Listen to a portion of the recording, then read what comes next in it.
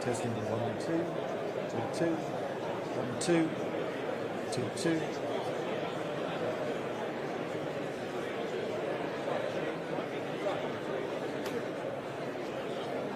Two, two, two. Testing 1 2. I think I might have a dodgy. Are you on the? If you're on there, you should be getting me.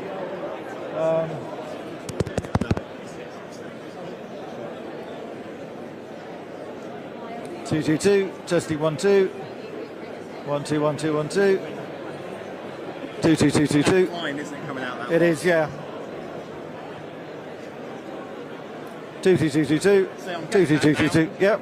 Okay. Hello, Chris. How you doing? Good to see you. Yeah, good to see you. 2 2 2 2 2. Testing, testing, testing. Line for some reason. Okay. I can hear it when it comes through distorted at mic level, but not on mine. Yeah, that's bizarre. 2 2 2. Hey hey. Testing 1 2 1 2. Hand right down on mic level, it's working. Oh, but it's going to be here. So 1 2 1 2. Testing 1 2 1 2. Hey hey. Yeah, that's 2 good. 2 2. That can Yep. work, yeah. Okay.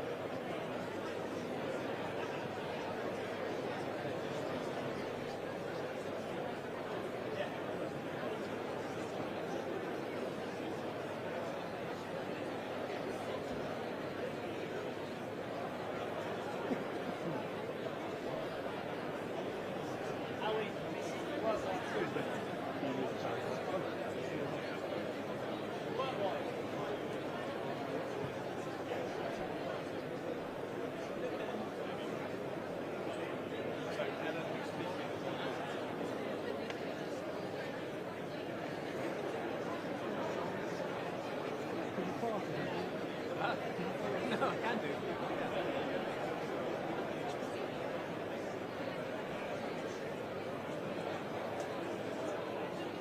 Do you need me to move anyone? Is anyone in your way? Bailey.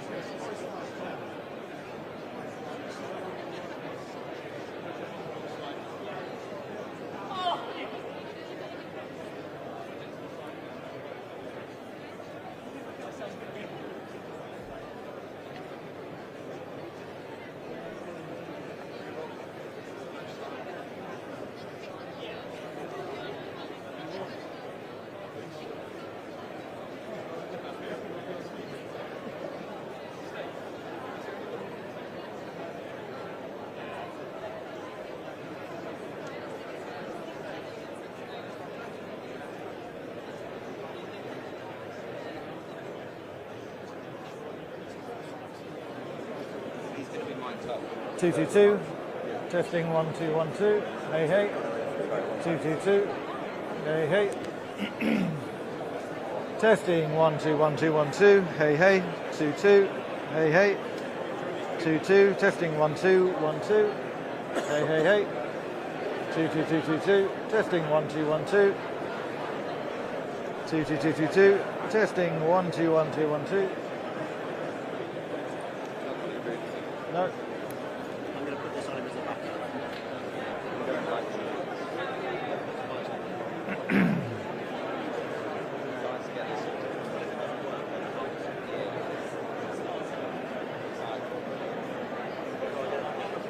2 2 2. Hey hey hey hey hey hey. 2 2 2. Hey hey. 2 2 2. 2 2 2. Hey hey. Hey hey hey hey. 2 2 2. 2 2 2. Hey hey. You got it.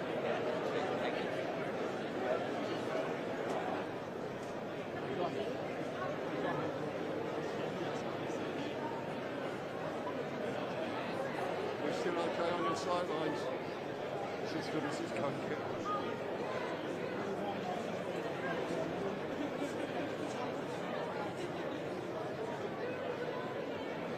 Just like that.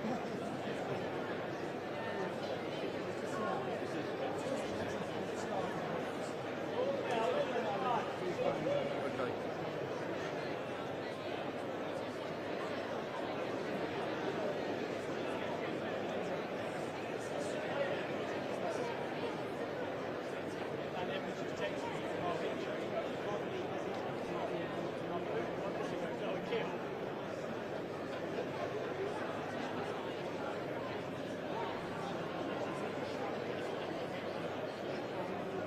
Is your shop going to be like to waist up? I guess so, because, yeah, fairly. So if we're like on our knees on the floor, kind of quite close to it, is that all right?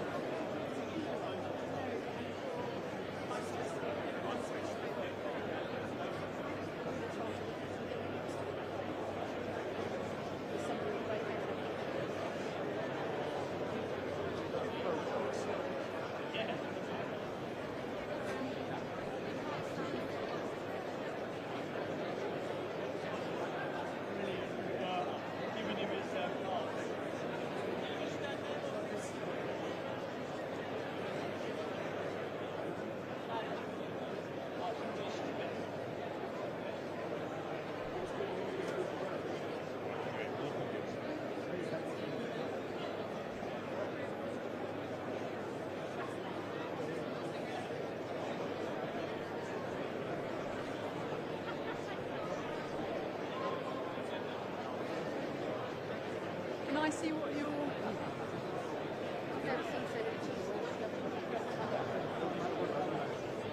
That's all right.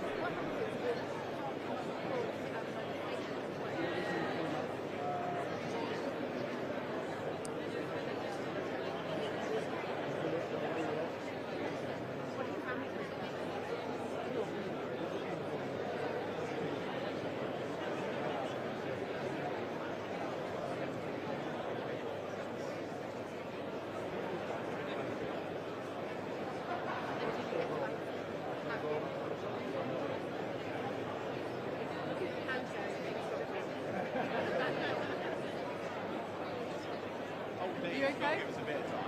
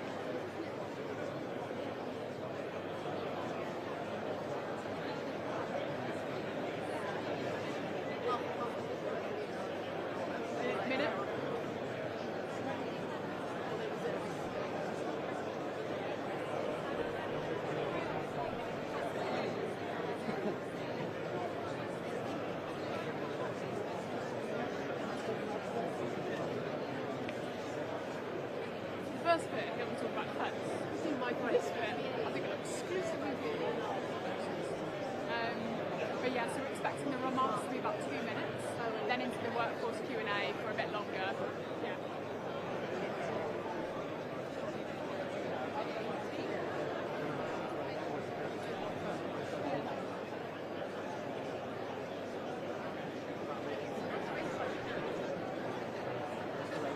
I will be, yeah, sorry.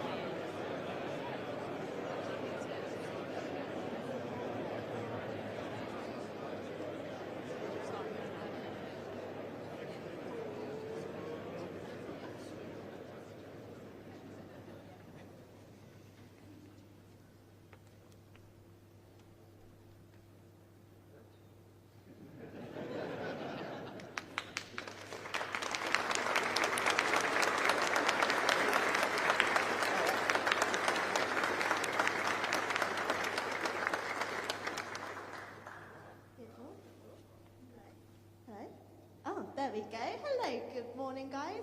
I'm Ellen. I was a technical apprentice here at Leonardo Luton, and this morning we have had the absolute privilege and pleasure to host the Prime Minister in our site. We've been through some lab tours, we've had some amazing demonstrations. So without further ado, Mr. Prime Minister. Ellen, thank you very much. Thank you.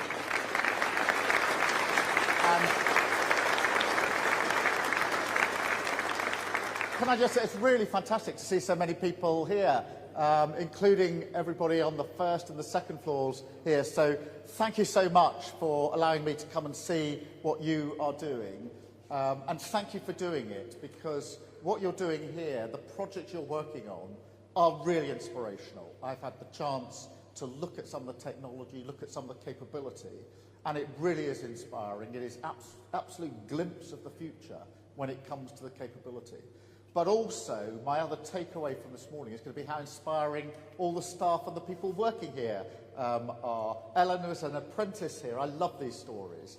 And a number of people who showed me around were apprentices here. So for everybody who's an apprentice here this morning who's listening to this Wales, this is really uplifting. I love these stories of people coming, starting as apprentices and then working their way up to leadership positions. And I had we diverted, I think, Ellen, to go and see your team because we saw them working away, and really had the opportunity to say thank you to them. So inspirational work that you're doing, really inspirational people that you are working here, and it feels like a really incredible place to work. People work with a smile on their face because, one, it's really interesting, cutting-edge work, and two, I think and I hope you've got a deep sense of just how important your work is to the defence and security of our country, actually beyond our country, Europe and more globally. And it's never been more needed than it is now. I think all of you will probably feel, and your families and your friends will feel, that in the last few months the world has seemed more unstable than perhaps it's been for a long time, and defence and security is much more of a focus for people across the country. And that means your work is even more important now than it's been before. Look at the situation in Ukraine.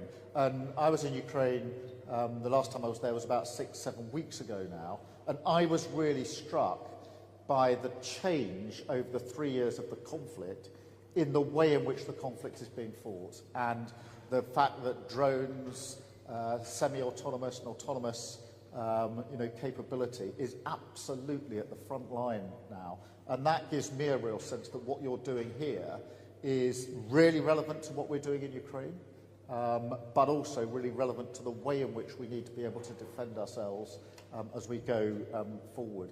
And that's why we've had to up our defence spending, 2.5% by 2027. That's the highest sustained increase since the Cold War. That means, I'm afraid, more work for you, more projects for you, which is a good thing because I think we've got brilliant capability here. Storm Shroud is an incredibly forward-looking piece of kit and capability that will help us as we go forward. So that's ever more important. But as we build our national security, if you like, it is also really important to me that that's linked to our economic security. So I want to make sure that as we put more money into defence, as we work with our European and other partners to say they need to put more money into defence, and they are, and as we work with them to say our capabilities need to be more aligned, I want to see that in good, well-paid jobs around the country, good, secure jobs, skilled jobs of the sort that you're doing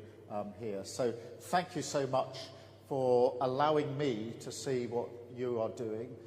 It is really inspiring. I take away both the capability and the way that you do it. Thank you for that. Thank you for making time for me this morning. And this time last Thursday, I was on the carrier, the strike carrier, that is taking the best part of 2,000 people, actually, from our armed forces on an 8-month, really important mission. And they are literally on the front line, but their capability, the equipment they've got, includes what you're doing. And therefore, just as I said to them last week, I'm proud of what they do as they set off on that mission. I'm really proud of what you do, because they know, and I saw there what they're capable of, that they couldn't do that if you weren't doing what you're doing. So I hope you feel not just a sense of a good, well-paid, skilled job, which is what you are doing, but also a real sense that you're serving your country as well. Because without you doing what you're doing in the way you're doing it, we wouldn't have the capability that we have. So thank you all very much. I really appreciate what you're doing. And sometimes it's really important, particularly in politics, to just come and see people, get a sense of what they're doing, and say simple things like, thank you. I really appreciate it. And I speak not just for myself, but of millions of people in this country who actually love to come and see what you do, and would love to be able to stand here and say to you, thank you. So on my behalf, and on behalf of millions of people across the country, thank you for what you do. I really, really appreciate it. Thank you.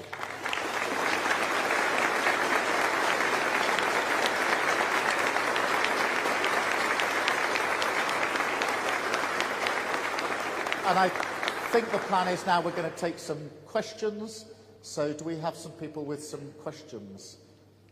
Yes. Your name is? My name is Peter. How far into your apprenticeship are you? And is it 3 years? Is it 4 years? Fantastic. Great. You must be inspired by seeing people in leadership positions here who start off as apprentices. Absolutely. It's a great story. I'm a big, big fan. Yes. Over to you. So my question is, most of the British defence industry now have been receiving protests, and we have also had protests here at site and at our base. You've had protests outside here, have you? Yes. Right. And on some of our off-site events. And these protests attack our workforce for doing their jobs that support the UK security. What can the government do to get the message out that what we do is absolutely essential to the security of everyone in the UK and should be praised and not criticised? Well, we need to get the message out, and one of the good things about coming here is being able to have the cameras, have journalists come in here for the purpose of this morning's visit, so that the journalists can use their skills to tell your story to the outside world. So that is really important. I think there's a bigger story than just showcasing the work that you're doing here, big though that is, because we have the right to freedom of expression and to protest in this country, but that was hard won. They're the values and the freedoms that we are defending through the work that you're doing. So in a sense, the protesters to some extent should be grateful to you, because what you're doing, the capability that you're putting into the defence and security of our country, is intended to ensure that we don't get drawn into conflict, because we've got the capability, and we're showing the world that we've got the capability to defend what we believe in. And we believe in people having the ability to express their views, but people who express their views ought to appreciate that you are actually helping them, through the work that you're doing, exercise the freedoms that they are exercising. So there's the story about what you're doing, which is a really important story. And I know they'll probably ask me other questions in a minute, I suspect. But they will also tell this story. No, to be fair, they will tell this story to the outside world of what you're doing here. And that is really important, because the work you do here deserves to be showcased. And I'm really pleased that we're able to do a little bit of that today. Thank you. Where else have we got? Yeah. Good morning. My name's Olivia. I'm a principal systems engineer on the Brightstorm system. At the moment at Leonardo, women make up about 12% of the engineering workforce across the UK. That's come up a lot since the early 12%? 80s. Yeah. Right. So that's come up a lot since the early 80s, when it was more like 2%, but still a lot of work to do. So what can we do in schools today to help more young women think about careers in engineering? Really good question. At 12%, we've got to get that number up. 2 to 12 is good, but 12 and upwards would be even better. I think there are a number of things that can be done. Firstly, get into the schools and the colleges and tell people what you're doing, because I suspect actually a lot of children and young people would have no idea what a job here might entail. I am absolutely convinced that if they knew what you're doing, they'd want to come and work here. But it's just planting that spark, that idea with them. It's very difficult for children, young people, to aspire to do something if they don't know what that something is. So they need to come and feel. I'd actually get them in here as well, by the way, to have a look at what you're doing. But go and talk to girls and young women. I think Ellen does that, because the other thing is to showcase the women you've got here in leadership positions who are doing brilliant things. Be proud of what you're doing and get out there. Last thing I think I'd say is this. I think there's quite a lot of evidence showing that when it comes to more women in the workforce, which is always a good thing, the sort of critical mass point, there comes a point where once there are enough people, then that in itself becomes a magnet. So go out and tell that story, particularly go into schools. I'm a really big fan of this. All of you will at some stage in your lives have got the spark to say, I want to go and work in this area, I want to go and develop my skills, do an apprenticeship, whatever it may be. There will be different reasons. It may be family, it may be really big interest in things you're doing at school. But very often it's because somebody else has shown a young person what it is to do a job like this. So go and tell your story, tell it to girls, tell it to young women. And I don't know whether you're able to get people into the premises here. I'd bring them in. I mean, what I've seen this morning would inspire, I think, girls and young women to say, I want a bit of that. I want to go in and I want to do it. So tell the story and be proud about it. Great. Hiya. I'm Sadie and I'm doing a business degree apprentice. I'm in my first year, so I just joined in. And is that 3 years? Yes, it is. Fantastic. Yeah, so my question is, as someone whose career is transformed by enrolling in an apprenticeship, I'm passionate about making these opportunities more accessible. What is the government doing to ensure that the education system teaches young people the skills and knowledge that is needed for high-tech industries like aerospace and defence? Well, thank you so much for asking this, because the apprenticeship story and the skills that go with it is hugely important, and we don't tell the story enough. I genuinely think that we've got a sort of default position for young people, which is it's college and university is the only route. Now, college and university is a great thing, but it's not the only route, and doing an apprenticeship is equally challenging, equally complicated, equally skilled, and we need to really make that case over and over again. And I went to university. That was great for me. My dad, I've said this many times, the press knows, he worked in engineering. He was an engineer. He did an apprenticeship, and so I've always felt, and he was a skilled engineer, so I personally understand how important that route is, the skills and the brilliance that comes with being an apprenticeship. We need to support apprentices. We need to make the case for them. We just changed the rule that says there was a prohibition, as you probably know, that if you hadn't got maths to a certain level, you couldn't even start an apprenticeship. I thought that was wrong. There are many reasons why, whether it's GCSEs or A-levels, people don't always do as well as they think or they might, but it shouldn't hold them back from doing an apprenticeship, because we know that people who may not have maths, GCSE or whatever go on to do brilliant apprenticeships. So we need to clear the way, give the support. And I'm a big champion of apprenticeships. I think we don't do enough in relation to them. We should go out and say much more about them. And we've got to get rid of this default position that university is the only way forward. It certainly is not, in my view. And it's right, I mean, you know, our boy now is 16 and we're having this discussion about what should you do. And I'm really encouraging, look at apprenticeships. Good. Is there any other questions from anyone? You got a question? No. Yeah. Sorry about that. Hello, I'm Georgiana and I joined Leonardo on the graduate scheme in 2023 and then I've since become a project leader.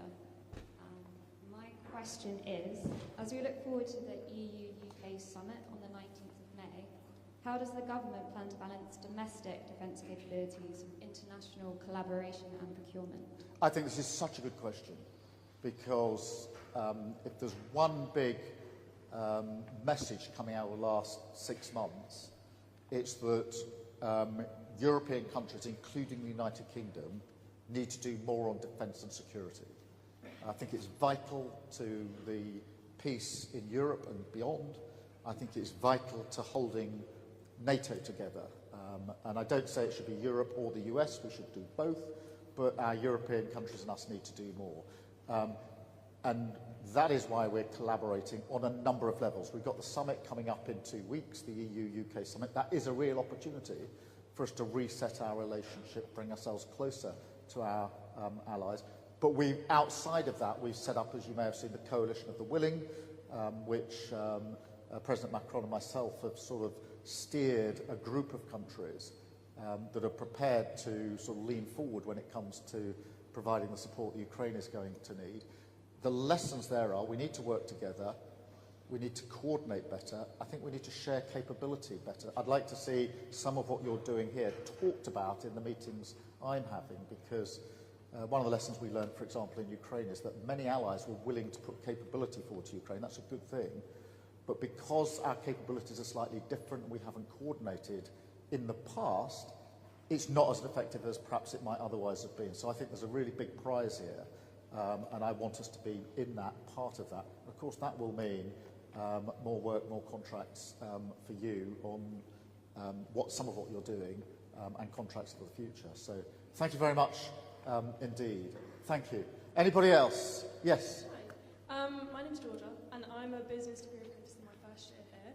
And my question is... And that's again 3 years? Again 3 years, yes. Is that linked to a particular university or college? So we attend University of Hertfordshire, which is in Hatfield, and we go Oh, yeah. Okay. Yeah. And my question is, in many countries, governments strongly support their national defence champions in global competitions. Going forward, how will the government support British defence firms as we look to enhance our international export capabilities? We do, and we need to do more of it. We need to champion. I do champion what you do a lot. So in the margins of a lot of the meetings that we do internationally, there is very often a discussion about defence capability. It doesn't tend to be sort of headline and what we're necessarily doing in front of the cameras, but there's very often a discussion about capability. We need more of that because we're brilliant at this. We really punch above our weights when it comes to capability on defence and security, and we're going to need more of it. So just as I've said a moment ago, the UK is upping its defence spend. So are many other countries. Some of those countries don't have the capability that we have, so they are going to be looking us and others to say, well, where should we place our orders? Where do we see the opportunities? And we need to be out there making the case for Britain on that. We've got a brilliant story to tell. We've got great capability. Everyone knows, whether it's on the front line with our armed services, who have a reputation that goes before them globally, so too in our defence and security industry, we have a reputation. And that reputation is built on the work that you do. So when I go out and sell this, I'm selling what you're doing, and I'm very happy to do so, and we should do more of it. Thank you very much. indeed. I think the plan is now I'm going to mingle for a bit, and then I'm going to go and talk to our friends from various bits of the media. So, very nice to see you. Thank you very much, all of you. We've got up the very top there as well. This is amazing.